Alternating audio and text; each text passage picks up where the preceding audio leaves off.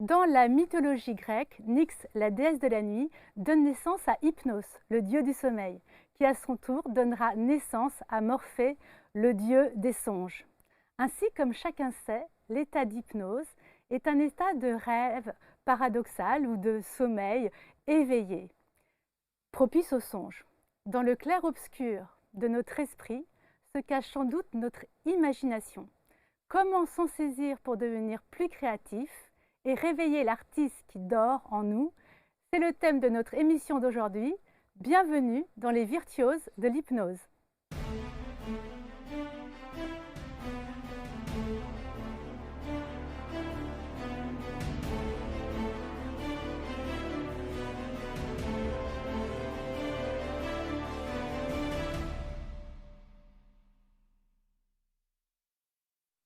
Pour développer notre créativité, je suis accompagnée de deux écrivains férus d'hypnose, parce que l'hypnose et la créativité se marient très bien. Alors, ici Gabriel de Richaud, vous êtes écrivain, conteur, mais aussi hypnothérapeute, et d'ailleurs vous donnez des formations sur l'hypnose et la créativité, et sur l'écriture. Exactement. Bon, bonjour. Bernard, je ne sais pas si on peut vous présenter encore, tant vous êtes connu. Oui, alors tout a commencé avec Les Fourmis, donc votre best-seller, qui s'est vendu, je crois, à plus de 20 millions d'exemplaires. Je sais pas. J'ai trouvé le chiffre sur Internet, alors voilà. Et donc, ce qui fait de vous un des écrivains français les plus lus dans le monde. Bravo. Merci.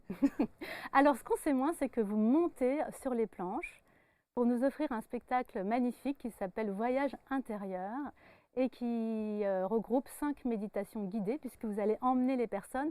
Alors, vous dites méditation, mais est-ce que ça ne serait pas plutôt de l'hypnose? En fait, j'aime pas trop le mot hypnose. Je trouve que c'est connoté hypnose de spectacle ou hypnose médicale. Et les deux notions me semblent pas exactes. Enfin, moi, j'aime bien l'idée de visualisation. C'est-à-dire, je propose aux gens de fermer les yeux. Si je vous dis fermez les yeux et visualisez un endroit où vous vous sentez bien, vous le faites ou vous ne le faites pas. C'est une sorte de proposition-acceptation. Si je vous dis fermez les yeux et rappelez-vous d'un bon souvenir qui est arrivé la semaine dernière, soit vous le faites, soit vous ne le faites pas. Mais si vous le faites, vous allez vous retrouver automatiquement dans un petit film. Voilà. Qu'on appelle ça hypnose, ça me semble un peu fort. D'accord. J'allais presque dire, voilà, l'hypnose, c'est fermer les yeux et écouter quelqu'un qui vous propose quelque chose et d'accepter de faire cette chose. Mais d'un autre côté, je vois bien que peut-être avec le mot hypnose, vous êtes un peu fâché. Et peut-être avec l'hypnose, vous êtes un peu fâché aussi, parce que finalement, dans la prophétie des abeilles, qui est la suite, de la boîte de Pandore, donc dans la boîte de Pandore, vous mettez en scène une hypnotiseuse qui va hypnotiser, qui va monter sur scène et qui va hypnotiser des personnes pour les emmener dans les vies antérieures. Et au début de la prophétie des abeilles, on va retrouver nos deux héros. Et là, vous lâchez un peu sur l'hypnose et sur l'hypnothérapie. Il va y avoir un procès sanglant. Ouais. Et j'ai l'impression que... Alors, il y a quelque chose avec l'hypnose qui vous dérange ou... Alors, il ne faut pas croire que tous les hypnotiseurs sont bien. Il ne faut pas croire que tous les hypnotiseurs sont mauvais. C'est un peu comme les médecins, les avocats ou les politiciens. Il y en a des bons, il y en a des pas bons. Mais il ne faut pas croire que tous les hypnotiseurs sont des saints. Même, il ne faut pas croire que tous les gens qui pratiquent la méditation ou le yoga sont forcément des gens dont la lumière est formidable. Donc c'est justement dans le roman, je remets les pendules à l'heure, je dis, il y en a des bons, il y en a des pas bons. Il y a des gens qui utilisent cet outil, soit pour tromper les gens, soit pour les mettre dans des situations qui vont pas bien. Une fois, je me rappelle, j'étais à Vichy et je me demande qui c'est qui a déjà pratiqué l'hypnose de régression dans les vies antérieures. Il y a une dame qui lève la main et je lui dis, bon, comment ça s'est passé? Elle me dit, très mal. Pour moi, c'était impossible que ça se passe mal. Et je lui dis, qu'est-ce qui est pas allé? Eh ben, elle m'a dit, on m'a fait revenir dans une de mes vies antérieures, soi-disant pour me réparer de maintenant, et je me suis retrouvé dans une vie traumatisante, et on m'a dit, l'hypnotiseuse lui a dit, ah ben si vous n'êtes pas guéri, il faut que vous reveniez la semaine prochaine. En fait, ça a duré pendant 1 an. Donc je vois qu'elle vous a bien inspiré, puisqu'effectivement, il y a cette phrase-là, il y a des escrocs qui disent « Ah ben ça n'a pas marché, revenez donc, voilà, etc. » On a ça en psychanalyse aussi, en psychothérapie, on a ça en plein d'endroits. C'est juste un moyen d'utiliser un outil comme prise de pouvoir. J'allais dire, la première question qu'on doit se poser quand on rencontre un hypnotiseur, c'est est-ce que cette personne me veut du bien? Et la deuxième question à se poser, c'est est-ce que cette personne est heureuse? je ne vois pas comment on pourrait se faire soigner par quelqu'un qui est malheureux. C'est-à-dire comment quelqu'un peut vous apporter du bonheur alors qu'il n'arrive pas à se l'apporter à lui-même. Qu'est-ce que vous en pensez, Gabriel, Je en suis tout tant à fait d'accord. ouais, Bien sûr, hypnothérapeute? oui. C'est vrai que c'est la posture de tous les thérapeutes, en fait, exactement. Hein. C'est comment on s'entretient soi-même, quel travail on fait sur soi-même avant de faire un travail sur les autres. On va s'autoriser quelque part à se poser une question sur la personne qui va vous aider. Alors j'ai l'impression que je t'ai inspiré très confiance parce que nous, la première fois qu'on s'est rencontrés, au bout de 3 minutes, tu m'as dit hypnotise-moi et on est parti au café, tu te souviens? Oui, mais donc hypnotisez-moi, oui. On se tutoie on maintenant. se tutoie, ça dépend des phrases. Moi je tutoie aussi Gabriel. Ça m'intéresse de voir la technique, puisque donc, je m'intéresse suffisamment à l'hypnose pour voir la technique qu'utilisent les gens. Donc quand je rencontre un hypnotiseur, je lui dis, ben, vas-y, hypnotise-moi et que je vois comment tu t'y prends. Donc j'avais l'air heureuse ou pas alors? C'était très bien. non, d'abord, oui. Alors, je crois qu'il y a un truc, plutôt qu'avoir l'air heureux, j'ai remplacé ça par sentir la personne, d'abord s'intéresser à la personne. La personne, quand on arrive face à, je vais dire, une personne qui est censée vous faire du bien, poser la question, qui est cette personne? Donc quand je ne me laisserai pas hypnotiser par quelqu'un que je ne sens pas. Mais ça, je crois que c'est applicable à n'importe quel domaine. Bien sûr, c'est une question d'intuition en fait. Voilà, mais pareil pour un médecin ou pour un avocat ou même un comptable. Il faut déjà sentir est-ce que cette personne est intelligente, est-ce qu'elle est bienveillante et est-ce qu'elle est suffisamment équilibrée pour ne pas me transmettre ces déséquilibres. J'ai quand même l'impression... je ne vais pas faire le procès des hypnotiseurs et des autres métiers, mais j'ai l'impression que beaucoup de psychanalystes, par exemple, sont des gens névrosés vous arrivez avec votre névrose et vous repartez avec la névrose du psy. En plus de la vôtre. Voilà, c'est ça. Alors, j'allais dire, les hypnotiseurs, il peut y avoir aussi ce cas, c'est-à-dire qu'ils vous transmettent leurs petits trucs à travers ça. Donc, il faut être, comment dire, attentif. Je n'ai pas de meilleur terme. Et intéressé par la personne qui va s'occuper de vous. Moi, c'est ce que je dis, parce que souvent on me demande est-ce que vous connaissez un hypno à Brest, à Quimper ou à Perpignan. Et je dis mais fiez-vous à votre intuition en fait. Regardez, vous allez faire une séance. Si ça ne vous plaît pas, surtout ne revenez pas. Oui, mais c'est pas si simple parce qu'il y a le côté scolaire. C'est-à-dire que des gens, on leur a dit c'est vous qui avez le problème. Donc quand ils arrivent et qu'ils sentent que l'hypnose ça ne va pas, ils se disent c'est moi qui ai le problème. Ils ne pensent pas à remettre en question la personne parce qu'il y a écrit hypnothérapeute ou médecin. Donc les gens sont impressionnés par tout ce qui est avec un petit titre ou un diplôme. Et ça suffit à faire qu'ils se disent c'est moi qui ne vais pas. De toute façon, en général, s'ils viennent voir un thérapeute, ils vont quand même c'est qu'ils chercher vont une pas bien. solution. Donc soit ils la trouvent, soit ils la trouvent pas en fait. Oui, mais déjà, par rapport à l'idée, écouter votre intuition, ça veut dire déjà qu'on va bien, qu'on est capable de faire ça. Donc il faut avoir envie, juste déjà d'avoir la curiosité de se dire c'est qui cette personne, juste ça. Après l'intuition, c'est à force de l'utiliser qu'on la développe. Mais je crois que la plupart des gens n'osent pas se poser la question et deux, écouter leur intuition. Donc il y a un travail à faire. Il faut aller voir un hypno pour se débloquer son intuition et à partir de là, on sait reconnaître les bons hypnos. Ça pourrait être ça, non? Alors peut-être. Alors dans ce spectacle Voyage intérieur, ce que tu fais, ça ressemble beaucoup à ce que fait ton héros. Oui. Donc est-ce que tu te prends pour ton héros ou est-ce que c'est l'héros qui se prend pour toi? Donc je parle de René Tolénado, qui est le héros de La prophétie des abeilles et qu'on a déjà rencontré avant. D'abord, je crois qu'on ne parle bien que de ce qu'on connaît. Donc, vu que mon héros est hypnotiseur régressif, il a fallu que je teste l'hypnose régressive. Et donc, j'ai testé en tant que sujet, puis après, je l'ai testé en tant qu'hypnotiseur. Mais je l'ai testé comme... presque pour faire ma documentation, pour écrire le livre. Après, une fois que j'ai fait ma documentation, je sais comment piloter mon héros. Là, par exemple, je suis allé faire un saut en parachute au-dessus des pyramides parce que mes personnages font ça. Ah oui. Donc, c'est une sorte d'habitude de romancier, mais je pense que Gabriel aussi doit faire ça. C'est-à-dire que tant qu'on n'a pas vécu la situation de l'intérieur et de l'extérieur, en tant qu'hypnotiseur et en tant qu'hypnotisé, on ne peut pas bien parler. Mais mon héros étant hypnotiseur et hypnotisé, j'avais besoin de faire les deux expériences. Donc, tu vas voir que Gabriel, il procède un petit peu comme ça parce qu'il va visiter le futur. Pour le goûter, donc on va parler de ça tout à l'heure. Mais d'abord, je voudrais orienter plus sur l'inconscient et l'hypnose, puisque dans ce spectacle, à un moment, tu dis, j'ai noté, je suis toujours surpris par ce que mon inconscient écrit, et quand je le lis, je suis étonnée par ce qu'il a produit. Donc on a l'impression que finalement, c'est pas toi qui écris, c'est ton inconscient. Ouais. Et je me demande comment tu le fais bosser. Alors, d'abord, je le fais bosser depuis l'âge de 16 ans à heure précise. Donc, c'est-à-dire que mon inconscient ou ma machine à créer, il y a un rendez-vous quotidien. 7 jours sur 7? 7 jours sur 7 et à peu près 4 heures devant l'ordinateur. C'est pas 4 heures efficaces, mais il y a un temps de mise en route. Et une fois que je suis lancé, je passe à une phase de transe, on appelle ça du flow. Je ne sais plus qui je suis, je ne sais plus où je suis. Le texte s'écrit tout seul et quand je le relis, je suis étonné de ce qui est écrit. Et donc c'est cette période de flow qui m'a toujours semblé magique. On pourrait dire auto-hypnose si vous voulez, ou méditation, état de transe. Je sais pas. En tout cas, quand j'écris, donc si je démarre par exemple à 8 heures, le flow il va arriver que vers 11 heures. Hein. C'est-à-dire c'est le temps de relire, de repositionner les trucs, de faire ma doc, et puis ça monte, ça monte, ça monte, et puis pouf, ça part. Et en général, j'écris tous les jours 10 pages. Donc ce matin, j'ai écrit 10 pages. C'est pour ça que je donne aucun rendez-vous le matin. Tous les gens veulent toujours me voir le matin. Je leur dis, non, mes matinées n'existent pas, c'est que pour l'écriture. Alors, Gabriel, dans ton expérience, est-ce que tu te donnes toi aussi des rendez-vous pour que ton inconscient prenne le dessus pour écrire? Comment ça se passe? Comment ça se passe? Enfin, en tout cas, je suis très intéressé par ce que tu dis, Bernard, parce que j'ai lu Mémoire d'une fourmi.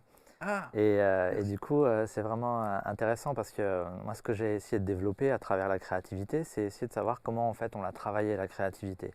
Et donc, j'ai essayé d'observer, de regarder on va dire les grands créateurs, que ça peut être des scientifiques, ça peut être des entrepreneurs, des artistes, et d'essayer de voir quels étaient les dénominateurs communs en fait. Qu'est-ce qui les rassemblait, sur quoi ils étaient d'accord, on va dire, dans leur manière de fonctionner. Et donc quand j'ai commencé Mémoire d'une fourmi, je me suis dit j'espère que je vais retrouver mes 5 dimensions parce que j'ai trouvé 5 dimensions de travail. Et donc voilà, donc j'avais un petit peu cette appréhension-là et heureusement je les ai retrouvées. Donc je suis rassuré sur ce que j'ai fait. Ben, justement, on va en parler. Il y a voilà, 5 dimensions de travail. La première dimension, c'est la praxis. Je vais toutes les donner et puis après je vais vous dire ce que c'est. Praxis, la deuxième c'est la mémoire, la troisième c'est le temps et l'espace, la quatrième c'est le corps et la cinquième c'est je et le monde. Donc la première, la praxis, c'est vraiment pratiquer pour pratiquer. C'est ce que tu viens de dire, tu vois, très justement. C'est-à-dire vraiment de produire comme on va dans la salle de musculation, quoi, et on fait travailler le muscle. Bon, ça ne sert à rien de soulever des haltères, mais on produit quelque chose parce que dans la créativité, il y a énormément de déchets.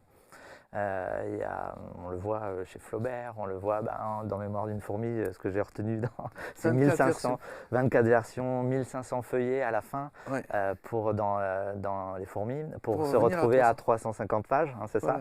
Donc on voit là finalement que pour avoir ça, pour avoir une petite perle comme ça intéressante, eh bien, il faut produire tout ça. Et donc ça passe forcément par un travail on va dire entre guillemets, hein, de production énorme. Alors justement, ça peut être une étape où les gens se découragent. En fait, si là, dans cette émission, pour développer sa créativité, etc., il y a d'abord les gens qui, au départ, sont complètement bloqués. Ils aimeraient bien, mais ils ne peuvent pas. Donc ça, c'est la première étape. La deuxième étape, ça y est, on s'y met. Mais là, il ne faut pas avoir peur que ce ne soit pas bien, en fait. Exactement. Donc il faut accepter que ce ne soit pas forcément à la hauteur de nos attentes. Et puis, s'en débarrasser. Tu dis qu'il ne faut pas tomber amoureux de sa première version. C'est le drame. C'est-à-dire les gens, une fois qu'ils ont produit quelque chose, ils ont tellement vécu avec qu'ils l'aiment, cette version. Et quand ils me donnent à lire, ils sentent bien qu'il y a un truc qui ne va pas. Mais ils l'aiment. Du coup, ils restent bloqués sur leur première version. Alors qu'en fait, la solution, ce qui me semble, c'est se dire que ce n'est qu'une première version. Et tomber du premier coup sur le bon texte avec tout qui fonctionne, c'est presque comme gagner au loto. Alors ça arrive, mais là c'est une autre forme d'écriture, c'est-à-dire que on cisèle, on fait des petites choses en réfléchissant énormément. Moi j'aime bien l'écriture au galop. On est à cheval, on y va et on fonce, et après il se passe ce qui se passe, et après on relit et c'est nul, mais au moins on l'a fait. Alors quand on relit, du coup, on est dans un autre état d'esprit. Parce que là, d'abord, tu fais au galop, et puis après, tu as un esprit de conscience, enfin, tu as une conscience qui est un peu modifiée, justement, quand tu vas te mettre dans une énergie de trier ou de sélectionner ou de... Oui, si ce n'est que je relis Alors d'abord, j'accepte l'idée de faire un mauvais livre. Première idée qu'on peut conseiller aussi à tous les créatifs, arrêtez de vouloir faire quelque chose de bien. On t'exagère parce que toi, ton premier livre, c'est un best-seller. Donc c'est Non, facile, non, non. facile de Mais la dire première n'ayez version- pas peur de faire des mauvais livres. Non, non, non. Alors attends, un mauvais texte. C'est-à-dire ma première version des fourmis était nulle. Était nulle pourquoi? Parce que je n'avais pas compris le mécanisme du suspense et que mes personnages ne tenaient pas debout. Mais je pense que ce qu'il faut dire aux gens qui nous écoutent, qui veulent écrire des bouquins, c'est pas grave de faire une première version qui ne fonctionne pas. Mais au moins elle existe. Par contre, on ne peut pas corriger une page blanche. Donc si vous faites rien par peur que ça soit pas assez joli, vous faites que dalle. Donc faites quelque chose de mauvais, bâclé, mal foutu, mais qui existe. À partir de là, vous avez un système dans lequel vous pouvez réfléchir à faire une deuxième version, dans lequel, un peu comme ce jeu de Mastermind, vous posez une formule, peu de chances de tomber du premier coup sur la bonne. Bon, on vous indique combien sont bien placés et combien sont à la bonne couleur. Là, vous testez une deuxième formule. Donc sur les fourmis, j'en ai fait 24 versions, et les 23 premières étaient mauvaises. Et il n'y a que la dernière qui était bonne. Donc pratiquer, pratiquer. Pratiquer.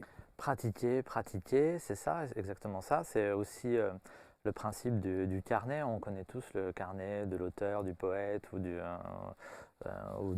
peintre. En fait, on connaît un peu moins les règles qu'il y a derrière. En fait, on voit un gros carnet comme ça, il faut le remplir en 2 semaines. Il faut produire exactement beaucoup de matière. Pour les écrivains, en tout cas particulièrement, c'est un peu différent. Par exemple, les sculpteurs, eux, ils ont une masse, ils ont leur marbre, ils ont leur pierre, ils ont leur matière, quoi. Et à partir de là, ils cisèlent à l'intérieur, ils cassent, ils enlèvent, ils élaguent, et ils cherchent la forme qu'il y a à l'intérieur. Nous, quand on est écrivain, finalement, on n'a pas cette matière-là, il faut la produire d'abord. Donc, on essaye de le faire comme ça, par des heures régulières, c'est très bien aussi, en effet, de se trouver dans des endroits où on va produire au maximum pour être dans cette forme de transe.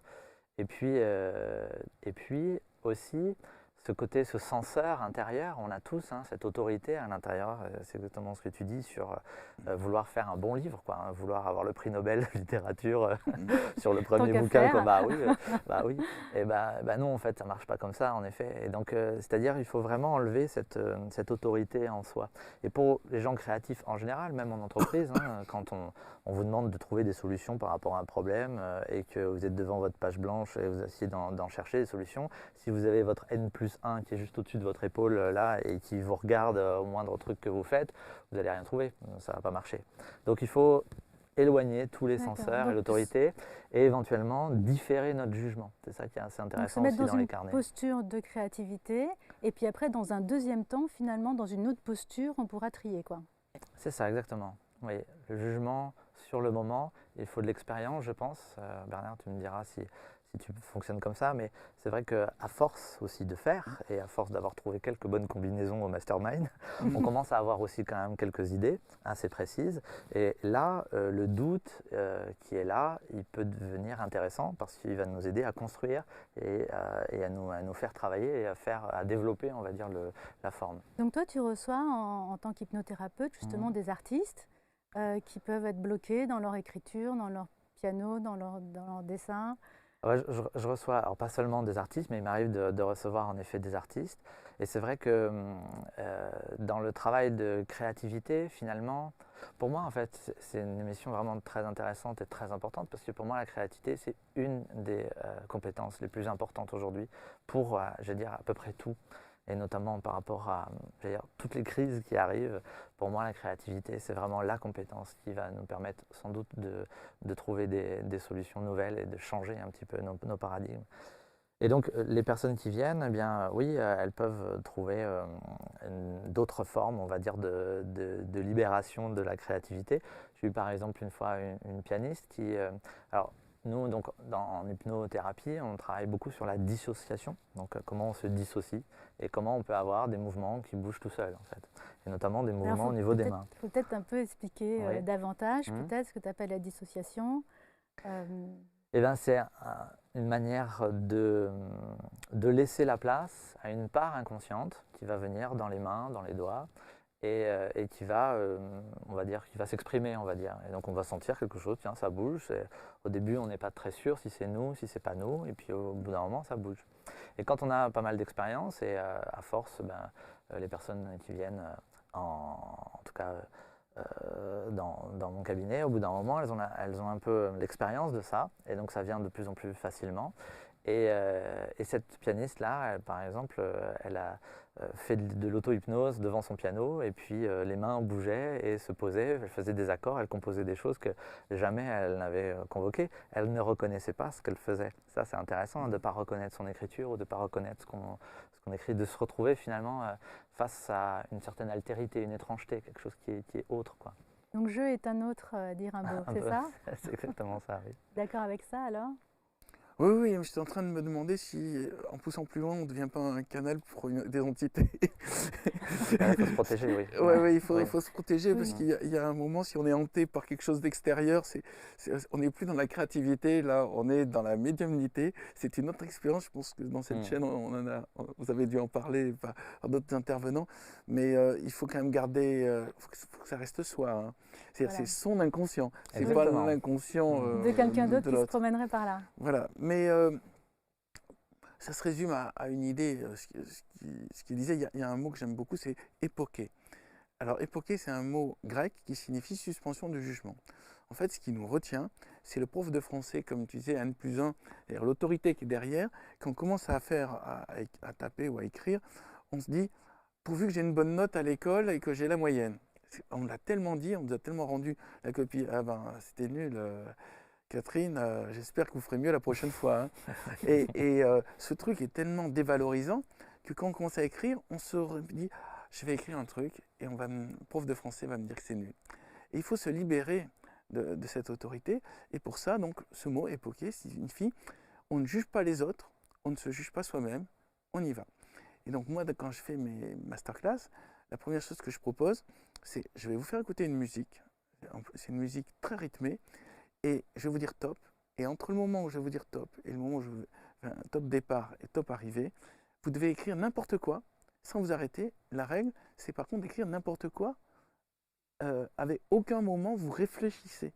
Je ne veux pas de réflexion. Vous pouvez mettre des mots grossiers, vous pouvez mettre l'absence de virgule, faites des fautes d'orthographe, mais par contre, il ne faut pas s'arrêter. Et je dis chaque fois, est-ce qu'il y a des gens qui se sentent incapables d'écrire n'importe quoi pendant 6 minutes? Il y en a toujours 2 ou 3, disons sur 50, qui lèvent la main. Et ils ne se sentent pas capables d'écrire n'importe quoi. Alors, vous voyez que c'est quand même problématique, le N+1 que tu évoquais. C'est-à-dire il est tellement là, interdit d'écrire n'importe quoi. Alors moi, en tant qu'autorité, je vais dire N+2, je vous autorise à écrire n'importe quoi, des conneries, sans virgule, sans verbe, tout ce que vous voulez, avec des mots grossiers. Et on y va. Et chaque fois, maintenant j'ai bien dû faire 10 000 élèves depuis le temps que je fais ça. Non seulement ils y arrivent tous, mais en plus, ils s'aperçoivent avec surprise que le n'importe quoi, écrit sous époqué, est souvent vachement intéressant. Parce qu'ils n'ont plus la volonté de faire joli, de faire bien, d'avoir le prix Nobel de littérature. Ils ont lâché le cheval, et le cheval se met à galoper, et ils s'aperçoivent que c'est rigolo, et que le cheval, il va loin. Voilà. Et c'est ce cheval ce cheval en fait qu'il faut il faut enlever le harnais, il faut lui dire, vas-y, amuse-toi, lâche-toi.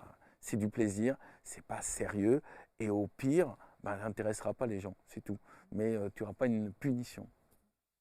Alors le deuxième pilier du coup de l'imaginaire, de la créativité. La deuxième dimension, c'est la mémoire, en fait, qui est vraiment très importante. Vous parliez de mythologie tout à l'heure. En fait, les muses, les 9 muses, elles sont filles de Mnémosyné, la déesse Mnémosyné, et d'Hypnos aussi, le dieu du sommeil, mais plus de l'ombre, en fait, de la part d'ombre qu'on peut avoir en nous.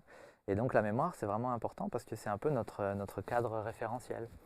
Et donc, par exemple, je repense encore à Mémoire d'une fourmi, où en fait, on découvre tout un tas de références au fur et à mesure qu'on avance. Philippe K. Dick, Stephen King, et des choses qui vont nourrir en fait notre cadre référentiel. C'est un peu comme une boîte à Lego. Si on a 3 petits Lego pour faire un vaisseau spatial ou toute une aventure, on est un petit peu limité. Mais plus on a de Lego, plus c'est intéressant, plus on peut bâtir des choses. Et aussi, dans notre boîte à Lego, ce qui est intéressant, c'est si on a toujours les mêmes cubes, là, vous voyez, les A6, là, A6, c'est intéressant, mais pas encore. Si on a plein de formes différentes, encore plus, alors là, ça devient vraiment très intéressant. Donc la mémoire, ce cadre référentiel, il est important d'être bien fourni et surtout d'être très différencié, avec des formes comme des écritures ou comme des choses qui nous intéressent, qui sont vraiment de façon très différente. On voit chez vous, par exemple, chez toi, pardon, Bernard, tu t'intéresses à la science, tu t'intéresses à tout un tas d'auteurs, tu t'intéresses à énormément de choses. Cette curiosité-là, elle vient nourrir ce cadre référentiel de plein d'éléments très différenciés. Et ça, c'est quelque chose avec laquelle on compose, d'accord, on compose de la poésie, on compose de la musique, on compose tout un tas de choses. Parce qu'effectivement, dans ton livre, on apprend plein de trucs. C'est toujours très étonnant. Donc moi, je trouve qu'il y a une dimension à la fois philosophique, et puis leçon de vie, et puis leçon de choses. Donc j'en ai juste noté. Est-ce que je les ai notées? Alors oui, je voudrais quand même lire trois lignes, parce que je trouve que c'est toujours saisissant d'avoir cette petite leçon. Une abeille vit en moyenne 40 jours, visite 1000 fleurs et produit moins d'une cuillère à soupe de miel durant cette période. Pour nous, ce n'est qu'une cuillerée de miel. Pour elle, c'est l'œuvre de sa vie. Alors moi, je trouve ça super sympa parce que tout d'un coup, on a une petite info donc, qui arrive comme ça. Et puis, on se dit, waouh, c'est chouette quand même. Alors, la prochaine fois, je prendrai une cuillerée de miel. Du coup, je vais penser que c'est l'œuvre d'une vie d'une abeille. Oui. Et puis après, on se pose la question, mais est-ce que c'est vrai ou pas, en fait? C'est un apiculteur qui me l'a dit. C'est un apiculteur qui te l'a dit. Bon, J'essaie de privilégier l'oral sur l'écrit, c'est-à-dire pas prendre des sources, des livres, mais de discuter avec les gens.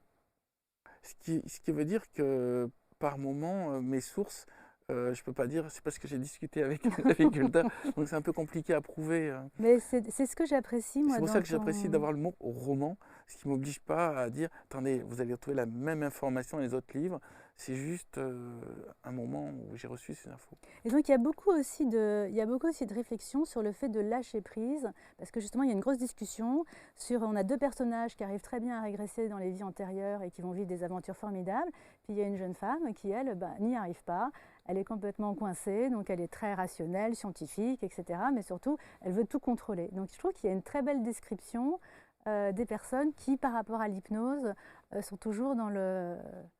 Le contrôle. Hier, quand j'ai fait le spectacle, j'ai demandé est-ce qu'il y a des gens qui pensent qu'ils sont incapables de faire une régression à leur vie antérieure parce que pour eux, ça serait un lâcher-prise et qu'ils veulent tout contrôler. Mais donc il y avait à peu près 300 personnes. Sur les 300, il y en a 10 qui ont levé la main. J'ai dit vous allez quand même essayer, vous me direz après si ça a marché. Et ça a plutôt marché. Je crois qu'il y en a sur les 10, il va y en avoir 7 sur lesquels ça a marché, 3. Mais c'est la peur de lâcher prise. C'est-à-dire qu'on en revient à l'éducation. Nos parents nous ont dit, vous devez jamais vous laisser aller, vous devez tout contrôler, vous devez vous débrouiller pour que les choses rentrent dans une logique. Moi, ils m'ont dit tout le contraire. Hein. Ils m'ont dit, vas-y, vive les artistes. Résultat, tu es hypno. Et tu es là aujourd'hui. Oui, c'est vrai. Mais en fait, quand on essaie de favoriser toute la créativité des gens, finalement, c'est pour que les gens qu'ils aient une activité artistique quelque part. En quoi c'est important d'être un artiste? En quoi c'est important d'avoir cette activité finalement, que ce soit faire de la peinture, enfin des loisirs créatifs, ou d'arriver à se projeter finalement sur un média? Je laisse Gabriel répondre en premier. Pour moi, la créativité, donc je disais tout à l'heure, oui, c'est une compétence très importante. Pas seulement être artiste. Artiste, après, c'est une vocation, c'est aussi des chemins de vie. Est-ce qu'on veut développer ça ou pas? Mais la créativité, on voit là, par exemple, en ce moment, on parle beaucoup d'intelligence artificielle. On se demande un petit peu quelle va être un peu la spécificité humaine au bout d'un moment, parce que ça inquiète. On n'en est pas là, on en est loin encore, hein, mais quand même, c'est une question qu'on se pose. Et c'est vrai que la créativité, c'est une partie vraiment très, très humaine et qui va nous permettre en fait d'être agile, d'être souple, de développer tout un tas de choses et surtout, à mon sens, de s'emparer de l'avenir. Parce que s'il y a bien quelque chose, à mon sens, qui est le propre de nous, Homo sapiens, c'est de pouvoir envisager l'avenir, en fait, de penser l'avenir, de se dire on peut agir dessus.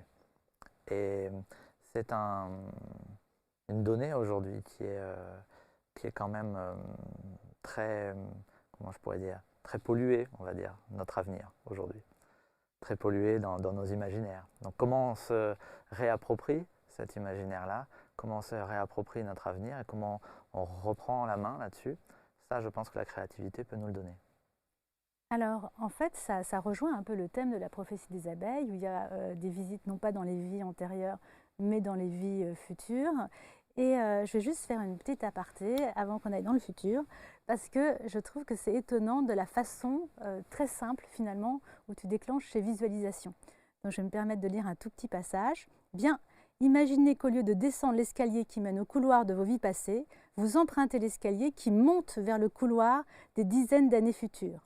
Vous voyez des portes sur lesquelles sont inscrits des chiffres.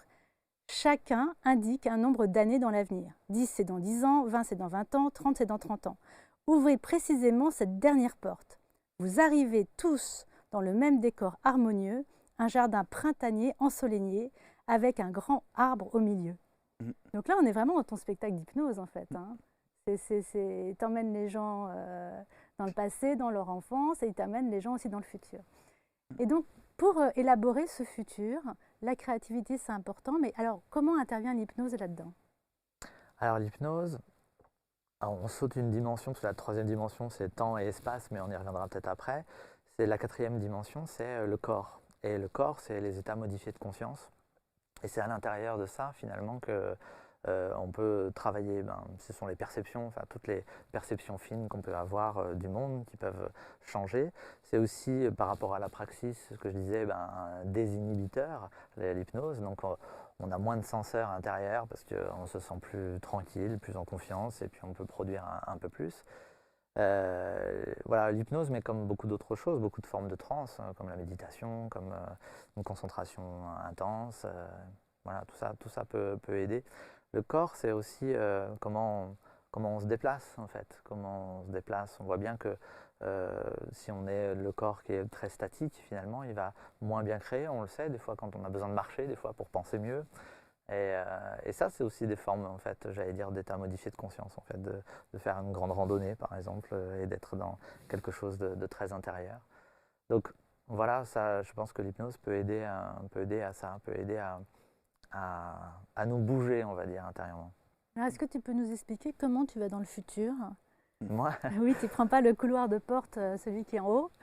alors, moi, je travaille déjà, alors je suis peut-être un peu trop cérébral, mais c'est vrai que je travaille d'abord sur de la documentation, où j'essaye de voir un petit peu comment d'autres ont pensé l'avenir, à partir de signaux faibles, d'expériences qu'il y a eu dans le monde, de choses intéressantes. Parce que moi, ce que je cherche, c'est à travailler sur des futurs plutôt souhaitables, quoi, hein, un avenir qui est inspirant, quoi, qui fait envie, on a envie d'y aller.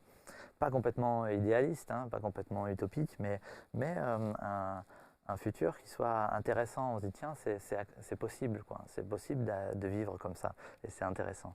Donc je pars déjà de cette documentation-là, et après j'essaye de l'éprouver en me mettant moi dans une forme d'auto-hypnose, et d'essayer de me projeter dans cet univers, et d'essayer de voir ce que ça me fait dans le corps, en fait. Qu'est-ce qui se passe au niveau des sens, quelles impressions j'ai, qu'est-ce que ça me fait. Et j'en apprends beaucoup, en fait. Et du coup, après, dans mon personnage ou dans mes personnages, je sais ce qu'ils peuvent un peu vivre, parce que je me suis projeté, on va dire. C'est un rêve, c'est en fait une visualisation. Mais visualisation, c'est même ce que tu fais, c'est plus qu'une visualisation. Visualisation, c'est que le sens de la vue. Mais en fait, ce sont les 5 sens. On rêve de façon très puissante, on l'expérimente, hein, dans nos rêves. On peut ressentir, on peut toucher, on peut goûter, on peut entendre des tas de choses. Donc c'est ça, c'est rêver avec nos 5 sens et se projeter dans des univers différents. Et du coup, en apprendre sur cette expérience. Parce que notre cerveau, il ne fait pas la différence entre ce qui est, j'allais dire, réellement vécu et le rêve. Les neuroscientifiques se sont aperçus de ça. C'est les mêmes zones du cerveau qui s'allument avec les électrodes, donc c'est assez intéressant. On voit même que les sportifs aussi travaillent là-dessus, hein, sur ceux qui font des grandes descentes en ski, etc. Ils imaginent tout ça, et c'est exactement les mêmes zones de cerveau, où on voit même aussi les... C'est pour ça qu'il y a beaucoup de sportifs qui pratiquent l'hypnose, en fait, ils peuvent travailler un geste, puisque ça active les mêmes zones du cerveau que si c'était... En fait, l'expérience vécue en hypnose, d'ailleurs c'est un peu la base de l'hypnothérapie, c'est-à-dire l'expérience qu'on va vivre en hypnose crée les mêmes connexions neuronales que si c'était une vraie expérience vécue. Et donc on peut s'appuyer sur cette expérience vécue en hypnose pour avoir des nouveaux comportements et changer des choses. Par exemple, ouais. Mais les pilotes de la patrouille de France, par exemple, ils travaillent comme ça. Ça coûte cher, en fait, de s'entraîner, en fait. Donc, du coup, ils le font beaucoup mentalement, quoi. C'est ce qu'on appelle des préparations mentales. On utilise d'autres mots, mais en fait, c'est une dissociation qui fait qu'on se projette dans une réalité, en fait, rêvée. Alors toi, tu as créé l'école du Centaure, qui est Oui, donc une école de créativité et oui, d'écriture en c'est fait. ça. Et donc du coup, tu introduis l'hypnose dans ces modules-là. J'imagine que C'est tu ça, avec emmènes les l'atelier gens en fait. Comment ça se passe?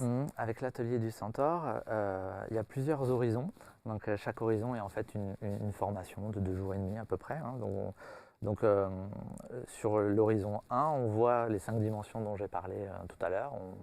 On les expérimente un petit peu et on expérimente notamment sur la partie corps. Eh bien, on expérimente le samedi après-midi cet état dissocié quoi, de l'auto-hypnose et de savoir comment on peut s'en servir. On ne fait pas du tout de thérapie à ce moment-là. On dit bien aux inconscients ou aux parties inconscientes que c'est les parties inconscientes les plus joueuses en fait, qui veulent venir et qui veulent nous aider. Et on s'initie à ça. Après, il y a d'autres horizons. Il y a un horizon 2 qui est plus sur le temps et l'espace, parce qu'on le voit moins dans l'horizon 1. C'est cette fameuse troisième dimension autour du temps et de l'espace, où là, on travaille vraiment sur les notions de saison.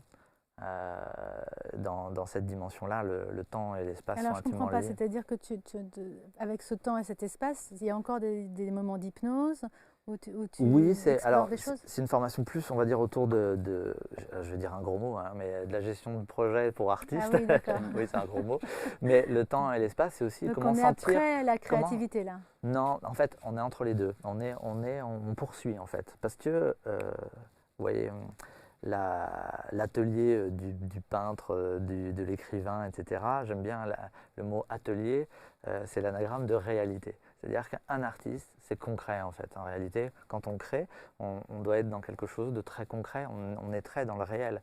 Quelqu'un qui veut créer et qui est complètement dans les nuages, ça ne marche pas en fait. On n'a pas à la fin. À la fin, il faut bien donner un roman, il faut bien donner une peinture, il faut bien donner quelque chose de réel, de concret. Donc c'est ça qu'on essaye de travailler. Mais c'est surtout d'essayer de sentir quelles sont par exemple nos saisons intérieures. Et par exemple, Nicolas Poussin a beaucoup travaillé là-dessus. Il y a une œuvre incroyable au Louvre des 4 saisons de Nicolas Poussin. Il y a une pièce, le Louvre en général ils ne font jamais ça, mais il y a une pièce exprès juste pour cette œuvre, où 4 murs, avec à chaque fois un tableau par mur, où on a ces 4 saisons. Et en fait, de façon allégorique, Poussin, il parle de ce que c'est que la création. Donc le printemps, on est plutôt sur quelque chose de l'ordre de l'exploration, de l'ordre de la connaissance, parce que le printemps de Poussin, c'est dans la liturgie biblique, quoi, hein, c'est Adam et Ève, avec Ève qui décroche la pomme. Là. Et donc ce fruit de la connaissance, en fait, c'est ça qui est intéressant, c'est que ce fruit de la connaissance, il est goûté, il est pris. Donc c'est ça l'exploration, en fait, du début. Il y a beaucoup de forêts, et la forêt, c'est souvent symbolisé comme l'inconscient, comme le mystère. Et Alors, donc, voilà, il y a 4 tableaux comme ça qui racontent un peu 4 étapes. Et des fois, savoir un petit peu où est-ce qu'on en est, nous, dans nos saisons. On en est où, en fait? Et des fois, il y a des saisons d'hiver, ça ne sert à rien d'écrire, ça ne sert à rien de faire quelque chose, parce qu'on est sec, on est vide et on a besoin de se régénérer. alors donc, le centaure, en fait, c'est une allégorie de l'inconscient.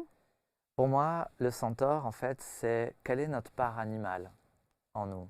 Et l'inconscient, pour moi, nous rappelle ça, en fait. Qu'est-ce qui vient nous rappeler notre animalité. Je parlais du corps tout à l'heure, nos perceptions. Euh, des fois, il va dans un sens, nous, on veut aller dans un autre parce qu'on est pris par une pression sociale, sociétale, par des injonctions. Alors que le corps, lui, il aspire sans doute à faire autre chose, à faire des ruptures peut-être, à aller ailleurs. Et c'est essayer de se réaligner avec cette part animale. Et le centaure, parce que Chiron, qui était un des premiers centaures, était un soignant. Il soignait les autres, un grand sage, et qui était très aligné avec son corps et J'ai avec ce qu'il l'impression d'être était. dans un roman de toi, Bernard, parce que tout d'un coup, hop, on a une petite anecdote, on a une petite histoire, on a un petit morceau de la mythologie. Pardon, je t'ai interrompu. Non, mais Donc voilà, le c'est vrai, centaure, c'est ça. Chiron. Le centaure, voilà, symboliquement, moi, je trouvais ça vraiment intéressant. J'aime beaucoup cette idée de part animale et de renouer avec ça. Il y a une force, en fait, dans le centaure, quand même. Il y a une puissance. Exactement, une grande puissance, une sauvagerie aussi. D'ailleurs, l'horizon 4, je l'ai appelé l'élégante et sauvage course des centaures, qui est l'accompagnement. Cet horizon 4, c'est plutôt un accompagnement individualisé.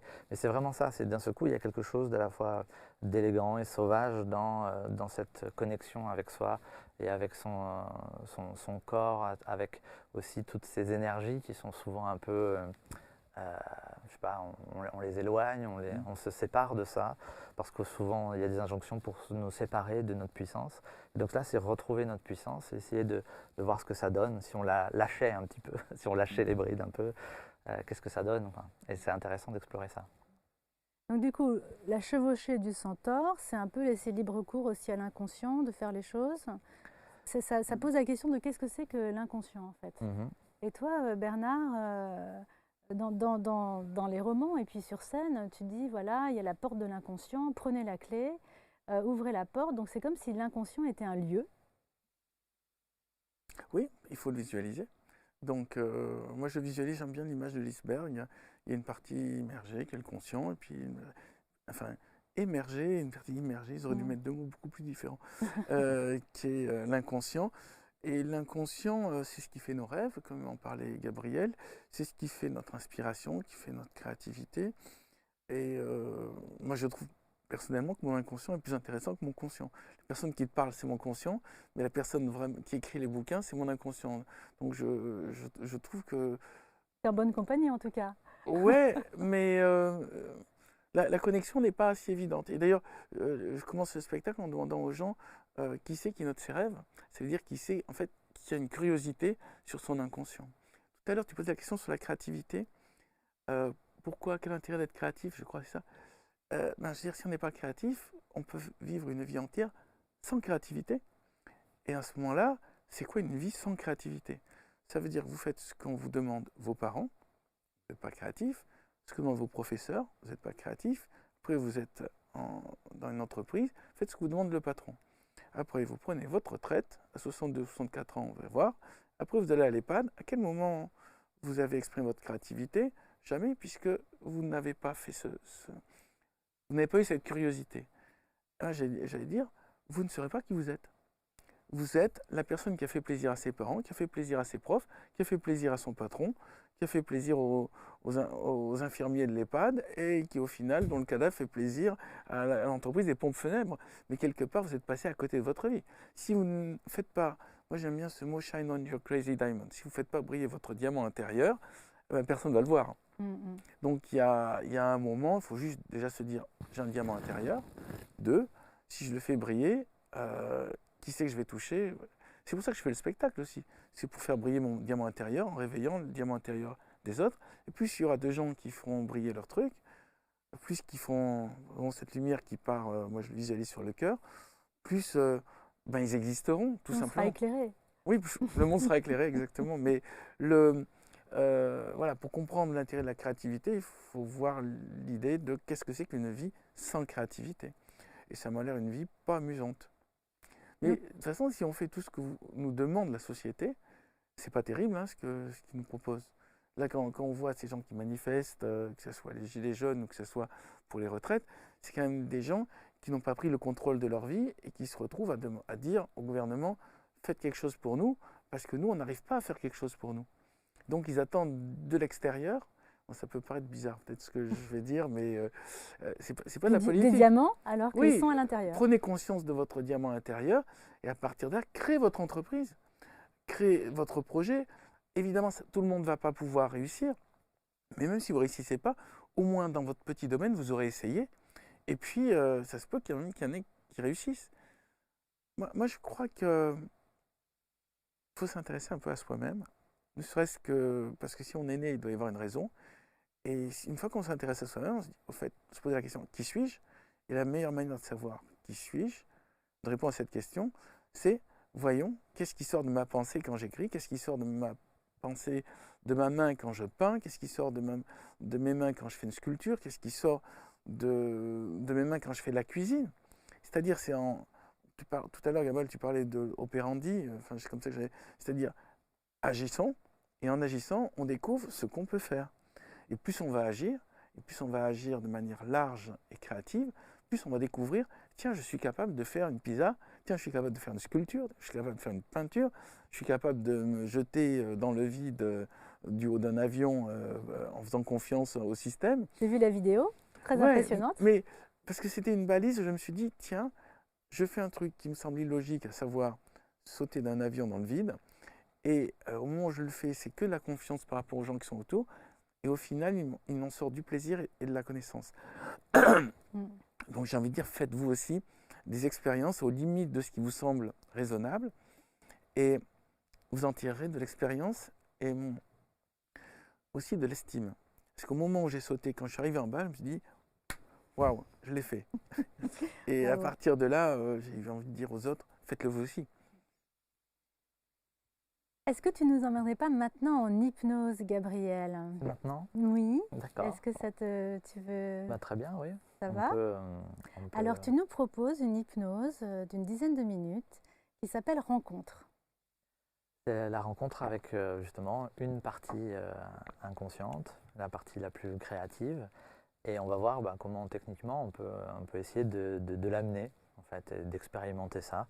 On a 12 minutes, hein, c'est ça. Oui. Donc c'est court, mais ça permet un peu de sentir un peu ce qui peut se passer. Donc en fait, il s'agit de ne pas faire une autre activité. Hein, pendant, on peut donner cette parole de sagesse. Je peux mettre en position moi aussi. Mais bien sûr, absolument.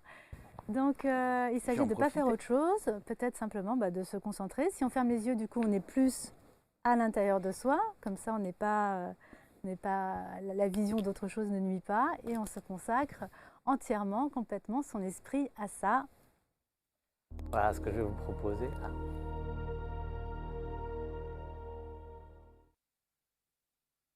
Alors ce que je vais vous proposer, c'est de vous asseoir vraiment le mieux possible, mais plutôt au bord de votre chaise, si vous avez une chaise, ou de votre fauteuil, et puis d'avoir un peu les bras assez libres devant vous, parce qu'à un moment donné, je vais vous demander de mettre les mains ou les bras l'un devant l'autre. Pour l'instant, vous pouvez fermer les yeux et puis vous concentrer sur votre corps, simplement écouter ma voix et puis essayer de mettre votre attention sur des parties du corps, par exemple sur la plante de vos pieds, et puis de remonter progressivement. Puis à chaque fois que votre attention elle sera sur une partie du corps, eh bien cette partie du corps va se détendre. C'est comme une lumière qu'on va mettre là, à cet endroit. Et donc, très bien, sur la plante de vos pieds, ça remonte au niveau des chevilles, ça peut remonter au niveau des mollets. Tranquillement, vous faites remonter comme ça votre attention au niveau des genoux, au niveau des cuisses. Bernard qui a énormément de qui a ses habitudes et qui se met exactement dans la bonne position. Aussi pour la méditation, qui est une position tout à fait possible aussi. Vous vous mettez aussi de la manière que vous souhaitez. L'idée c'est de lâcher aussi la respiration sans essayer de la contrôler, vous l'observez. Remontez au niveau des cuisses, remontez au niveau des fesses, comment vous êtes assis. Puis peut-être que vous voyez aussi qu'au niveau des hanches, ça bouge un petit peu. Peut-être pas, peu importe. Vous remontez aussi au niveau des hanches, du ventre, du bas du dos, devant, derrière. Vous remontez encore au niveau du buste, de la poitrine. Relâchez toujours cette respiration, laissez-la faire, laissez-la agir. Le dos aussi, les omoplates, le cou, la nuque.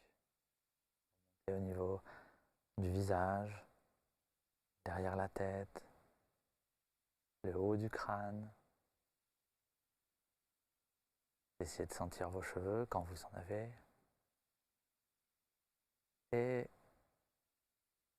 essayez de sentir aussi comment ça tire aussi vers le haut, comment il y avait un fil comme ça au-dessus du crâne qui vous poussait vers le ciel. Et puis vous redescendez au niveau des épaules, au niveau des bras, des coudes, des avant-bras, des poignets, des mains, des doigts. Et je vais vous demander, là, avec le minimum de force, vous pouvez rouvrir les yeux juste quelques secondes et regardez, vous voyez, je mets les mains juste l'une en face de l'autre, comme ça, avec le minimum de force. Vraiment, c'est vraiment très détendu. Et vous pouvez refermer les yeux à nouveau. Et là, je vais parler directement à votre inconscient et inconscient. Je vais te demander de venir dans les doigts, dans les mains, dans les poignets, dans les coudes, dans les épaules. De venir, de prendre le plus de place possible, là, maintenant. Très bien. Et de faire sentir à la conscience ta présence inconscient. Faire sentir à la fois par des fourmillements, par de la chaleur, mais aussi par du mouvement. Par exemple, les mains elles peuvent se rapprocher l'une de l'autre jusqu'à ce qu'elles se touchent.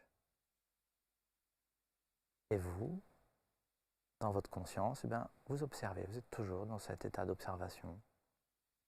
De la même façon que vous avez laissé respirer, parfois ça respire de façon consciente, parfois inconsciente, mais là c'est pareil, ça bouge et vous laissez agir.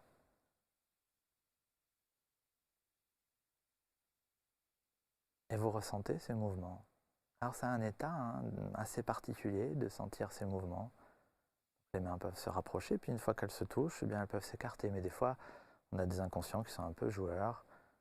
Plutôt que de les rapprocher, ils préfèrent les écarter d'un seul coup, d'abord, ou de faire lever une main et baisser l'autre. Et vous laissez agir. Et laisser agir, c'est déjà d'une certaine manière faire quelque chose. Souvent on parle de lâcher prise, c'est pas tout à fait un lâcher prise, c'est un état où vous allez ressentir finement ce qui se passe. Essayez de sentir, voilà, le mouvement des mains qui se rapprochent toutes seules, sans que vous fassiez quoi que ce soit vraiment le plus automatique possible. Vous allez sentir une force comme ça. Demandez à cet inconscient de devenir encore plus fort maintenant. Un inconscient qui est joueur, un inconscient créatif, qui a envie de jouer vraiment là maintenant. Et de prendre cet espace, de prendre le plus de liberté possible. Et de jouer avec ses mouvements et surtout de faire sentir sa présence à l'inconscient, à la conscience, pardon. Et alors vous voyez, les mains, elles peuvent se rapprocher jusqu'à ce qu'elles se touchent, mais elles peuvent aussi s'écarter. Vous pouvez sentir comme un gros ballon qui se gonfle entre les paumes de vos mains et qui va gonfler, gonfler, gonfler de plus en plus et de mieux en mieux et qui va pousser du coup les mains. Vous allez sentir cette force-là étonnante qui vient pousser les mains et les écarter.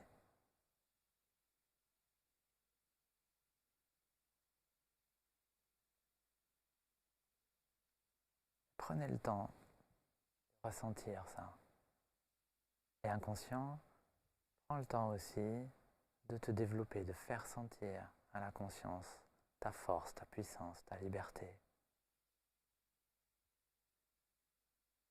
Toujours d'aller chercher encore plus de force, d'aller chercher peut-être aussi dans les ressources, dans les mémoires du corps, comment surprendre la conscience par des sensations un peu différentes, avec des mouvements de plus en plus amples, de plus en plus fluides. Et vous pouvez observer ça. Alors, si par hasard ça vous fait un petit peu peur en disant « Oula, ça bouge un peu trop », etc., n'hésitez pas à rouvrir les yeux, reprendre en main, et puis repartir en refermant les yeux. En fait, à tout moment, vous pouvez vous réassocier. L'hypnose, c'est vraiment de la dissociation. On ressent ce mouvement, cette force, d'une partie, une part inconsciente, d'un autre à l'intérieur, qui nous veut du bien, qui est là souvent pour nous aider, et qui peut se développer là, et qui peut aussi s'exprimer là. Pas ici, mais plus tard, une fois qu'on a des mouvements, on appelle ça des mouvements idéomoteurs, une fois qu'on a des mouvements assez fluides et amples, eh bien, il peut y avoir un mouvement pour le oui, un mouvement pour le non. Du coup, on peut se réaligner avec cette part animale dont je parlais tout à l'heure. Et inconscient, je vais faire un décompte de 5 à 1 et à chaque chiffre, tu seras 2 fois plus présent et à chaque chiffre, en parallèle, tu accompagneras la conscience dans un endroit un peu plus reculé, un endroit d'observation, de confort, assez éloigné mais pas trop éloigné pour que la conscience puisse interagir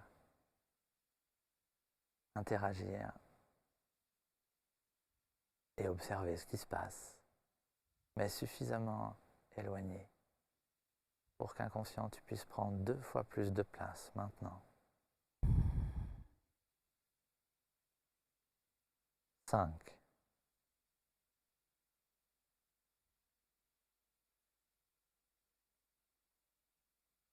4.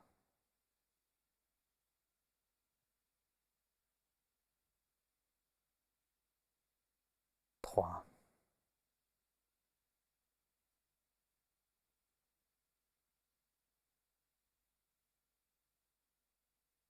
2.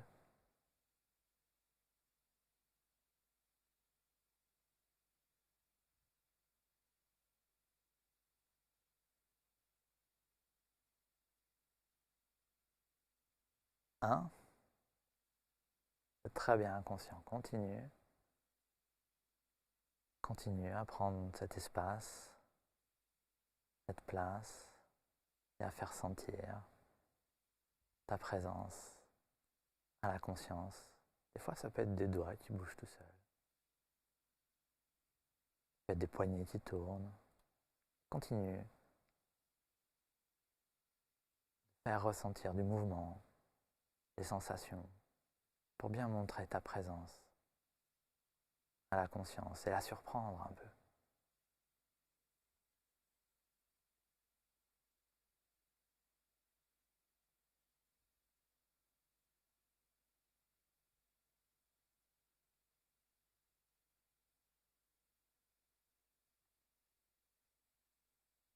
Quand les mouvements commencent à être un peu plus fluides, amples, un peu plus libres aussi,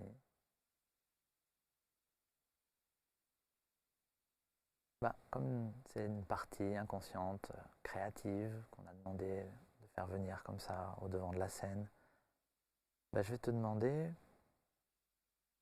conscient, de faire remonter à la conscience une idée, un projet, quelque chose qui est peut-être sur le feu. Ça peut être ce que vous êtes en train d'écrire en ce moment ou peut-être autre chose. Peu importe le projet, ça peut être un projet d'entreprise, ça peut être un projet qui vous est personnel, n'importe quoi. Quelque chose qui est important pour vous. Et inconscient, je vais te demander de faire remonter une idée, à la fois peut-être une idée qu'on avait déjà en tête, qui était là, qui était en périphérie, qu'on voyait venir, mais peut-être aussi une idée nouvelle, un peu étrange. On me dit tiens, c'est bizarre ça. Et de la faire remonter à la conscience, qui pourrait apporter en fait une nouveauté, une pierre à l'édifice, et de la faire remonter à la conscience.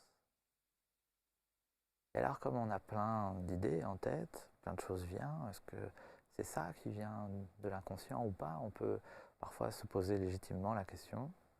Alors, ce que je vous propose, c'est de remettre vos mains l'une devant l'autre et de penser très fort à l'idée qui vous est venue. Et vous allez dire à votre inconscient, est-ce que c'est bien cette idée-là? Et si c'est oui, les mains se rapprochent. Et non, les mains s'écartent. Pensez bien à cette idée qui est venue, peut-être un peu étrange, un peu nouvelle, un peu drôle, un peu farfelue. Demandez si c'est bien ça qui l'a fait remonter l'inconscient.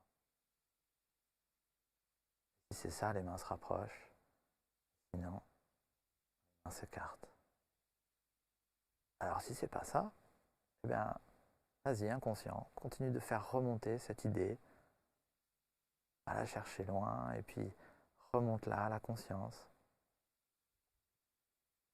Et recommencer. Et si c'est ça, si c'est la bonne idée, eh bien, continuez d'y penser, d'y songer, de la développer, de voir un petit peu qu'est-ce que ça implique de prendre cette idée un peu étrange, un peu nouvelle. Et puis de continuer avec des propositions, de demander à l'inconscient, mais ça veut dire que du coup, Je vais dire peut-être qu'il faudrait que je fasse ça. Et si c'est oui, les mains se rapprochent. Sinon, les mains s'écartent. Et vous voyez, c'est comme ça qu'on travaille souvent avec l'hypnose. On voit ici, cette hypnose dissociative, c'est qu'à chaque fois, eh bien, on va demander validation à l'inconscient. On ne va pas interpréter, on ne va pas spéculer. Le thérapeute en face, il ne va pas inventer des choses ou induire. Simplement, on va vérifier. C'est bien ça que tu as fait remonter? Oui ou non?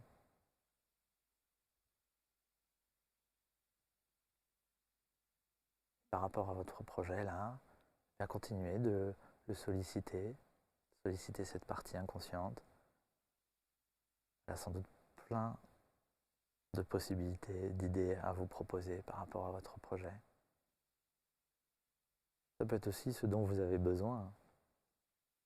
Bien souvent, les inconscients, ils prennent soin de nous. Et à un moment, on propose des choses. Alors, des fois, on peut voir une couleur, par exemple, la couleur verte. Alors, on dit, c'est quoi la couleur verte? Ça veut dire qu'il faut que je mange de la salade verte, par exemple? Oui ou non?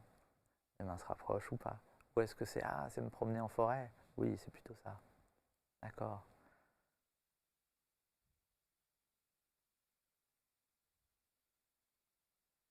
Et dans cette dernière minute, ensemble, je vais vous proposer de revenir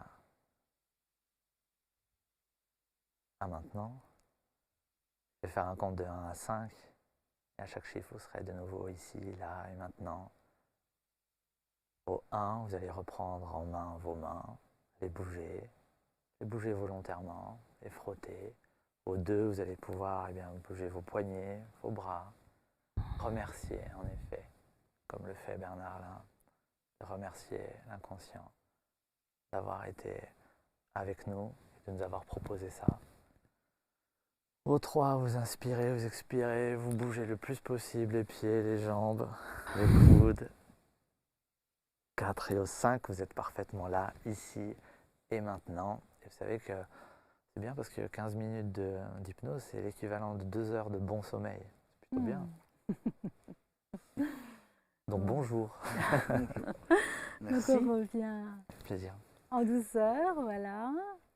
Donc en fait c'est de l'auto-hypnose et donc d'une rencontre en fait avec la partie consciente et la partie inconsciente qui peuvent se rencontrer avec des choses qui émergent, des visualisations, des idées et puis de vérification auprès de cet inconscient. Voilà, importante cette vérification, d'aller vraiment vérifier si les idées qu'on a, c'est bien lui qui les a apportées ou est-ce que ça vient du flot de la pensée.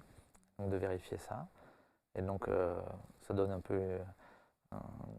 des fois ça nous pose un problème parce que franchement, soit c'est des trucs un peu étonnants, un peu farfelus, un peu très étranges, mais c'est comme ça aussi qu'on va chercher l'étrangeté, l'autre quoi, hein, de soi, quelque chose qui... On considère que du coup l'inconscient est comme un sage intérieur alors, qui va nous indiquer des bonnes choses pour nous. Alors ça, ce sont des croyances, mais c'est possible. C'est-à-dire qu'en fait, on se rend compte, on n'a rien pour vérifier que l'inconscient est vraiment un sage à l'intérieur de nous, mais en fait, on se rend compte que d'avoir cette croyance-là, ça nous facilite la vie sur beaucoup de choses et que de suivre ça.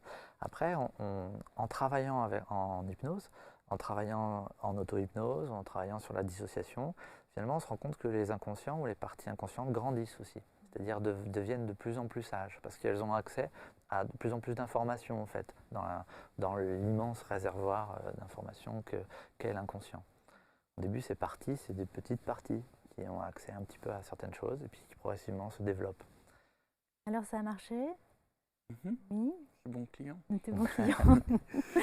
Moi aussi, je suis bonne cliente, surtout que je démarre très souvent comme ça en fait, pour entrer en hypnose. Donc, j'ai pas forcément fait les rapports parce que moi, ça part direct. Ça part. Il y a une voix sympathique qui participe. Je crois que la voix est très importante. Et que plus on pratique la guidance, plus sa voix change pour être notre voix, j'allais dire, de guidance, la voix où on sent que les gens se sentent bien. Là, on voit qu'ils pratiquent souvent. Donc alors, pour résumer, en fait, notre émission, être créatif, c'est hyper important parce que c'est comme ça qu'on va construire le monde de demain. C'est aussi comme ça qu'on va construire sa propre vie. Je ne vais pas dire hyper important, ces gens se mettre une pression. C'est mieux pour s'amuser dans cette existence, ou s'exprimer cette existence. Mais c'est hyper important, genre, zut, je ne suis pas créatif, il faut que je sois créatif, il faut que je sois créatif, sinon je vais rater ma vie. Ils se mettent une pression. Donc, il faut juste considérer que c'est une manière d'être plus heureux. Voilà, donc ça c'est voilà. Donc être plus créatif dans sa propre vie, pour devenir plus heureux. pour être plus heureux. De ton côté, toi, c'est vraiment l'idée quand même d'une transformation de société quand même quelque part, d'aborder la créativité par rapport au futur. Mais il faut dire que tu travailles pas mal avec. Je ne veux pas mettre la pression, mais c'est vrai que par rapport à l'avenir qu'on nous propose aujourd'hui, oui, ce serait bien qu'on arrive à être plus créatifs, ouais, tous ensemble et surtout collectivement en fait. Oui, il y a un travail de soi, c'est intéressant de travailler sur soi, travailler sa singularité, etc. C'est comment on va arriver aussi à être créatif collectivement, quoi. Et en mon sens, ça aussi, c'est un enjeu vraiment important. Parce que toi, tu travailles avec des sociétés, des organisations. Donc Oui, avec des entreprises, avec des services publics aussi. Par exemple, j'ai travaillé sur les 5 dimensions de la créativité pour des cadres dirigeants du ministère de la Transition écologique, par exemple. Mais aussi avec d'autres entreprises privées. Parce qu'en fait, tout le monde se rend compte que la créativité ou ce travail-là, cette compétence-là, elle est essentielle pour le développement de toute activité humaine et surtout aujourd'hui. Donc, on peut vous retrouver, bien sûr, Bernard, avec tes livres, avec le dernier aussi, La Diagonale des Reines. Voilà, moi j'ai vraiment adoré la boîte de Pandore, puisque forcément on va en hypnose de régression dans la vie antérieure, que moi je pratique de façon courante. Voilà. Avec beaucoup de talent. Merci. Parce que c'est vrai qu'en fait, on aurait pu t'interviewer aussi, hein, parce que c'est toujours la problématique, c'est quand l'intervieweur a lui-même envie de dire plein de choses, il est obligé d'attendre que les invités parlent à sa place, mais alors t'en penses quoi, l'hypnose et la créativité? En tant que romancière et hypnothérapeute. Alors, il faudrait peut-être aussi qu'on parle de tes livres. Voilà, c'est le dernier. Donc, Le Bureau des âmes, chez quel éditeur? Lotus et l'éléphant. Lotus et l'éléphant. Là, je le présente devant la caméra. Donc nous, on s'est rencontrés autour de juste après mon dernier livre, qui était mon premier roman, puisque j'avais un synopsis qui ressemblait un petit peu à des pilotes-là. Ouais, voilà. Et moi, ça m'a beaucoup aidé personnellement l'hypnose pour écrire. Parce qu'en fait, avant de connaître l'hypnose, avant de pratiquer l'hypnose, avant d'être hypnothérapeute, j'écrivais pas en fait. Et l'hypnose a complètement débloqué ma capacité à écrire, en me disant c'est possible, je peux le faire. Et en plus, mon premier livre, c'était le journal d'une hypnothérapeute pour vraiment partager en fait ma passion. Oui, tu peux montrer mon roman. Et c'était vraiment le désir de porter quelque chose, d'avoir envie et grâce à l'hypnose, et ben voilà, j'ai pu lever les blocages, les interdits, le sens critique, toutes ces injonctions d'impossibilité. Donc hop, c'est possible. Et puis je me suis vue dans le futur, lors d'une séance d'hypnose, en train de faire des dédicaces au Salon du Livre de Paris, avec la date et tout. Donc, je n'ai pas été au Salon du Livre de Paris, mais j'ai fait quand même pas mal de dédicaces. Donc, voilà, c'était sympa. Donc oui, l'hypnose et la créativité. La preuve que ça marchait, c'est que tu en as fait un deuxième. Parce que un souvent... troisième. C'est le troisième. C'est le troisième, oui. Le premier n'y est pas? Alors, le premier est là. Il y a le deuxième qui n'est pas là. C'est le deuxième, ouais. Mais en fait, ce qui est être écrivain, c'est d'en faire plus d'un. Déjà arrivé au bout d'un. Et puis, là, j'ai vu que tu as écrit sur l'assassinat de l'école Zaratora, oui, en 2012, oui. Ça t'a interpellé? On a travaillé avec une victimologue et une association qui a interviewé les victimes en fait, et les voisins aussi de cet attentat qui a eu lieu donc, en mars 2012, on s'en rappelle, à Toulouse, contre l'école Zaratora. Et il y a une préface Delphine Orvilleur. Et donc c'est un tissage, on va dire, de ces témoignages, un tissage à la fois rythmique et à travers un certain nombre de chants. Mais tu l'as fait comme de la poésie aussi. Exactement. Et ça, c'est ton livre poétique. Et ça, c'est une vie pour Camille. Qui a reçu un prix, le prix René Lenaux. C'est ça, le prix René Lenaux, en 2017. Une vie pour Camille. Tu es prêt à animer la grande librairie? Oui, c'est ça. Non, mais c'est vrai que je parle de mes livres, mais moi, je peux parler des autres aussi. C'est formidable d'avoir la promotion. Tous les livres. La promotion par quelqu'un qui a vendu plus de 30 millions de livres dans le monde. Non, mais maintenant, le soleil brille pour tous et plus on sera lumineux, tous autant qu'on est. Voilà. Donc moi, j'invite les gens qui nous entendent à découvrir aussi votre travail. Et donc le mot de la fin, ça serait quoi? Allumez votre lumière intérieure, faites briller votre diamant. Prenez du plaisir à faire briller votre diamant. Vous n'êtes pas là que pour faire plaisir aux autres. Vous pouvez à un moment faire plaisir aux autres en faisant briller votre diamant intérieur. Voilà. J'ai rien préparé, donc c'est. Bah écoutez, ce qu'on souhaite, et c'est que ça Gabriel, brille. Oui. Bah, j'aime bien cette idée de faire briller soi pour briller ensemble, en fait. Voilà, il y a toujours cette idée, que serait une vie si on n'est pas créatif ou si on n'est pas lumineux? Ben, c'est une vie terne. Et du coup, selon le principe de la réincarnation, ben, faut revenir pour faire briller la suivante. Donc, ouais, j'aime bien cette idée issue du concept de réincarnation, c'est qu'on est là pour apprendre et pour évoluer. Mais si on est un mauvais élève, ah ben, c'est pas grave, on revient et on va apprendre, évoluer à la vie suivante. Et cette vie, en fait, c'est issu d'autres vies avant où chaque fois on a appris et évolué. Et chacun, on a une vitesse et un degré d'évolution différent. Donc pour certains, tout ça n'a pas de sens et c'est juste de l'irrationnel.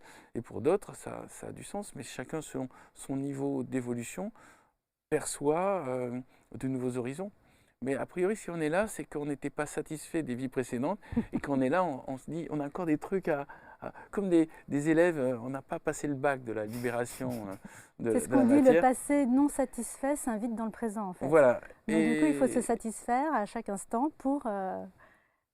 Ouais, moi je trouve que, en tout cas, si on est là et qu'on est en train de parler de sujets comme l'hypnose, les vies antérieures, la méditation, ça veut dire déjà qu'on a fait un petit travail, chacun, nous trois. Et en tout cas, on invite tout le monde à faire là. ce travail-là. Donc l'hypnose peut vous aider, la création directe peut vous aider. Il y a des exercices que tu as donnés. Allez, on y va, hop, on fait le carnet. Gabriel, les 5 éléments qu'a donné Gabriel qui sont importants. Tu peux les répéter d'ailleurs? Les 5 dimensions, donc il y a la praxis, donc pratiquer tout le temps, la mémoire, notre cadre référentiel, notre boîte à Lego, le temps et l'espace, connaître un petit peu nos saisons intérieures et les moments propices, le corps pour tout ce qui est perception, état modifié de conscience, etc. Et jeu et le monde, on n'en a pas parlé, c'est la 5e dimension, mais qu'on retrouve aussi dans Mémoire d'une fourmi, c'est vraiment de savoir être le petit poisson qui va à contre-courant et savoir à un moment donné y aller, d'aller toquer justement à la porte du N+1 en disant en fait j'ai une super idée pour rénover toute l'organisation du service. Et on ne l'a jamais testé, mais on y va parce qu'on tente, comme Balzac qui disait qu'il était romancier alors qu'il n'avait pas écrit encore un seul roman, ou Victor Hugo qui disait je serai Chateaubriand ou rien alors qu'il n'avait rien fait, si ce n'est 3 poèmes. Et donc c'est aussi cette présomption, c'est aussi cette idée d'être à la fois avec et contre, on va dire, le groupe. Vous voyez, je parlais beaucoup de l'ensemble du collectif, mais il faut savoir aussi se différencier, et c'est ce que tu disais sur cette pierre à l'intérieur qu'il faut bien aiguiser pour il y a aussi une question bien polir. Il y a aussi une question d'audace, de dire... D'audace, exactement, voilà. Et de prise de risque. Donc, soyez audacieux. Oui. Eh bien, je vous remercie tous d'être venus. Merci à toi. Voilà, et merci pour ce bon moment passé ensemble.